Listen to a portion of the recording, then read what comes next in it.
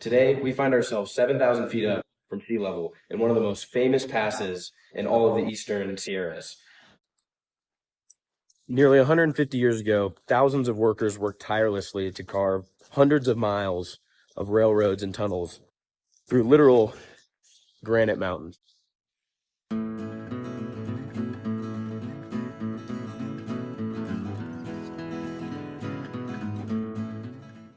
Of the nearly 2,000 miles of the railroad that were built to get the east to the west, this section was one of the hardest due to the fact that they were literally mining and coring through solid granite.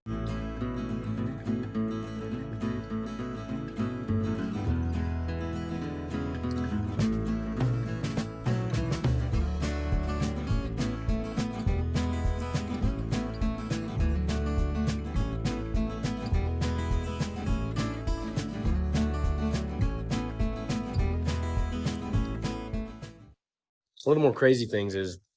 during that time, there was no real power tools or anything. So most of all these tunnels were blasted completely by hand, where people basically had to drill into the side of these mountains, place dynamite, and then hopefully get out of the way before it exploded. A lot of them found themselves from far lands like China, and that was a big group that came here and worked really long, hard hours to blast through these tunnels and expand this railroad west. Can you imagine just being out here in the middle of the Sierra, these giant mountain ranges just full of granite, thousands and thousands of miles away from your home, just hoping to earn a low wage and get some food?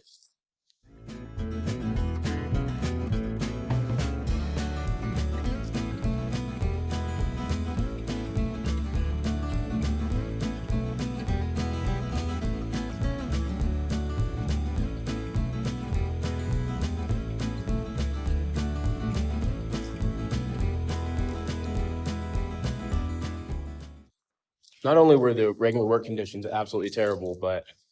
when not working during the summer in clear skies, this area receives anywhere from 30 to 40 or more feet of snow. They'd work all day, digging, blasting, moving rock, and then they would go back to their camp covered in snow, freezing, to just cook their meals and go on to the next day. I think one of the craziest things to imagine is the fact that these people came from literally thousands of miles away, and they're just boring through these tunnels in this area that they've never been, most of it unexplored besides the natives, and they're literally just